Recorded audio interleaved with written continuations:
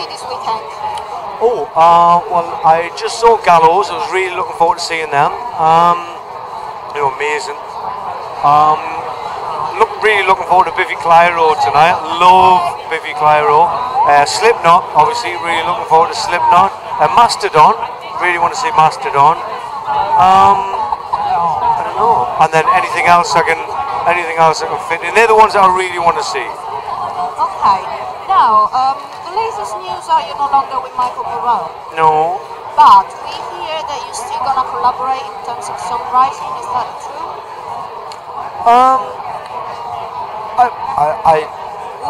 I wouldn't have a problem doing it. It all depends on how it was approached.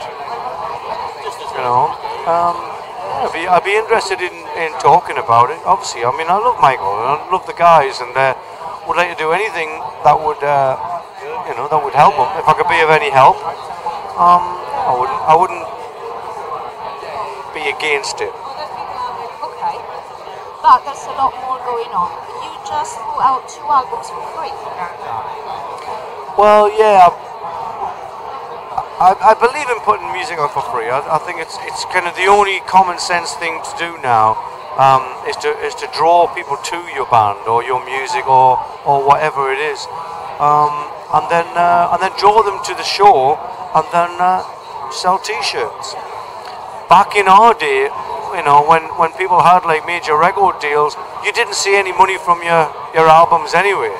You saw money from touring and selling T-shirts, but honing your act as a touring band, and ended up being a really great live band. And you do that by setting standards for yourself. I think nothing's really changed. So I think, you know, people that complain about no one's making money from albums. No one ever made money from albums. I don't know what planet people are living on when they talk about that. Nothing's really changed. So yeah, I do believe in putting out free music because it's all about promotion. I have a theory. I remember, I think the same you think. I remember I used to heavily with tapes and friends making me tapes or CDs and stuff like that before the whole downloading thing started. So is it possible that people are buying less albums just because the quality is going down? I think there's something in that. I think people buying less albums creates a natural culling effect. It kills off lots of substandard albums and substandard bands. There's been I'm a music freak, the same as yourself. I like to buy music. I like to buy CDs. I hate to buy a CD that's not very good. I feel cheated. I feel insulted by the band. That's the best you can do. They're the best songs you can write. You shouldn't have a job if that's the best you can do. If people made cars and the wheels fell off, people wouldn't go back for the cars. And I think there's something to be said for. There's a lot of bands going to have to be killed off in the competition to be one of the few bands that actually makes important music. I think it's a good thing. I think there's no place for bands who don't push themselves to be better. So after all these years, after all this time you've been playing, you're pretty much out of the game. You proved yourself as an artist. I don't know that I have. I think you're always proving yourself. You're not gonna be killed off. I hope not. I mean, I work hard at this. You know, I keep in touch with the supporters of my music. I'm easily accessible. People can get me on Twitter and Formspring, and we can talk to each other. And they really respond to that. You know, people like to know that you find them important. And I mean, who doesn't find their fans important? They're putting food in my baby's tummy. You know, I mean, they're incredible. A lot of artists don't really keep in regular contact with their fans, and I think it's just lazy. I think, work harder. Deserve where you are in the world. Make your fans happy to be fans. Make them proud. Make them go out and tell other people how great it is to be a fan of your music. And if you're not going to put the work in, you ain't going to last long. If you get to a point like maybe you are, where your fans are going to buy your records anyway, you ever put out a record you're not really sure about? No, no, I don't. I never do. I always, when I'm doing a new album, I kind of, I feel like a receptor. You know, I just get the information comes in, and all I feel like I'm doing is really reporting on the human condition. So I don't question the material, the information. I just know that it's coming through for a reason, and I put it out, and then it's up to other people to say, oh, I like that or I don't like that. But I wouldn't be able to write and record an album unless I felt like it had a reason for living. Where do you find most of your inspiration these days for songwriting? Oh, it's that carpet, this table, you know, your coat. I mean, everything is inspiration for me. Just being around, you know, being able to see and hear and appreciate, and you know, the wisdom that comes with age. You know, that's massively inspirational. Everything's inspirational. I really do get inspired by every single thing that goes on around me. What's the weirdest thing that inspired the song? The one you didn't expect? I couldn't tell you the weirdest thing because it's naughty. Some sexual situations have been the weirdest things that I've wrote songs about. Which one was the song? I'm not telling you. Oh, the song. There's a song called from the Yoni album called "This Bed Is on Fire," and that's, you'd have to go away and read the lyrics of that one. But it's that was kind of interesting. I'll go back to that, and if I have any idea of where it came from, I'm gonna tweet it to you. It's pretty obvious what it's about. Yeah. Okay. Now, you got an acoustic tour coming up as well. Yeah, I got a acoustic tour coming up in August, and then I have an electric tour in December, which culminates in my birthday show in London. This time it's in the Islington Academy, which is the biggest one I've done so far. That's 800, and I think we're 20 tickets away from selling out, and it's not until December, so that's really good. And then between them we've got a few festivals, and I've got one festival coming up that I want to take my little boy to a festival. He's 3 years old, and I want to take him to a festival and have him camp out and all the rest of it.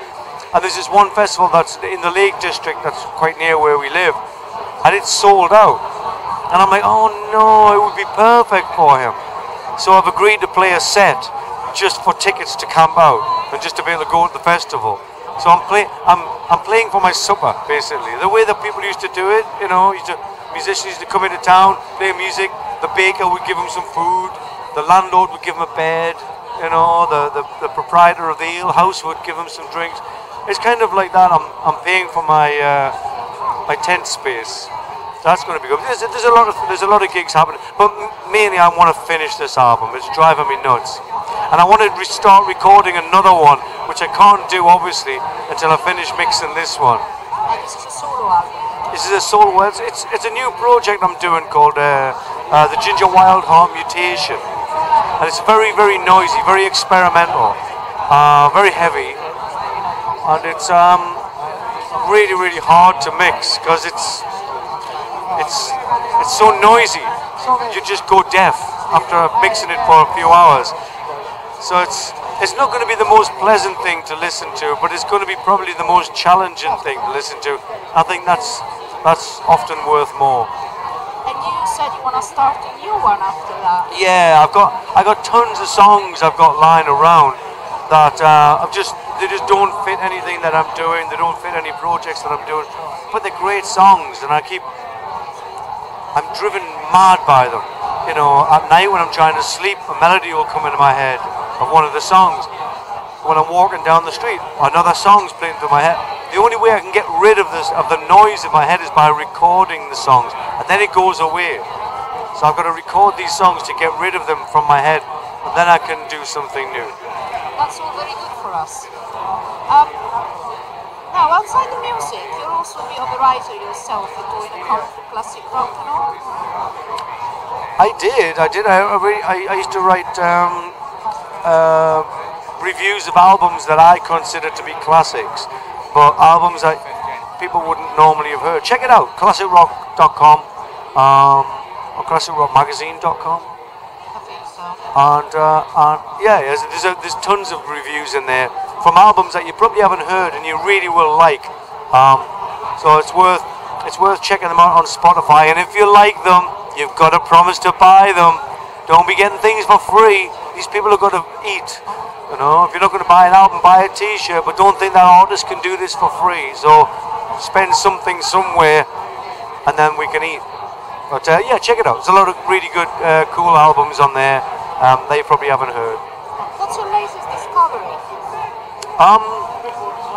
Exit International. There's some friends of mine from Cardiff.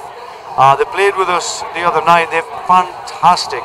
2 bass players and a drummer, and it's just really noisy, screamy, but really, really interesting music. One bass player's playing really high, the other bass player plays really low. It's very sexy. It's very like girl-friendly, if you know what I mean. Very heavy. 2 bass players, you know where it's going to hit you, right? It ain't going to be in the ears. And it's great. It's fantastic. Very inventive.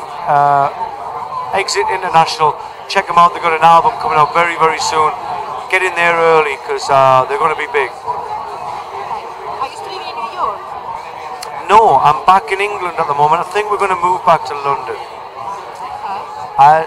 I've got a love-hate relationship with London, but I know it so well. I lived in London longer than I've collectively lived everywhere else, including where I come from in Newcastle. I lived in London so long. I know the streets. I'm the guy at the front of the bus who directs the bus to the venue because I know all the side roads.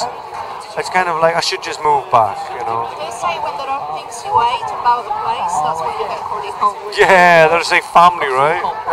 Yeah. I guess it's yeah. We've been through the hate period. I think I'm now starting to miss it. All my friends live there. I don't know. It's got a very familiar and comforting kind of vibe. It'd be nice having you back. Yeah. Thank you. It would be nice to be back. Are you gonna buy the News of the World this Sunday? Nope. No, but I am gonna drink a celebratory drink to that Coulson wanker who's hopefully going to be getting raped in jail in the showers by someone with a huge penis, and repeatedly, over and over again. His little virgin arse will become public property in there, I hope. And fuck the News of the World. You know, Rupert Murdoch's just going to go and do another newspaper and call it something else. Put it up. There's a rumor that it's gonna be a Sunday version of The Sun. Great, just what the world needs. Apparently they already booked the domains. Yeah, I don't know. I just, you know, there's always going to be scumbags with jobs. It's kind of it's politics, and yeah, I certainly won't be buying it. But I will be toasting the fact that someone is going to be losing their virginity very soon. And we can go smash their offices if we do a Sunday Sun. I think There are no word fuck around for that. that would be fun, actually. I think someone needs to smash their offices with a bunch of landmines. I gave you an idea now, did I? Yeah, my brain's ticking. You know, I don't know. Enough's been said about the News of the World. I don't want to give it any more fuel to the fire. So fuck them. Okay, is there anything else you'd like to tell your fans? Yes, thank you. Really, just thank you for still being there and letting me do this. It really means a lot. And you know, my family, thank you. And thank you for letting me make my next album, and the one after that, and the one after that. And if I release something and you don't like it, please tell me. And yeah, let's have fun tonight. Let's drink a few beers and let's all lose our voices together. How about that?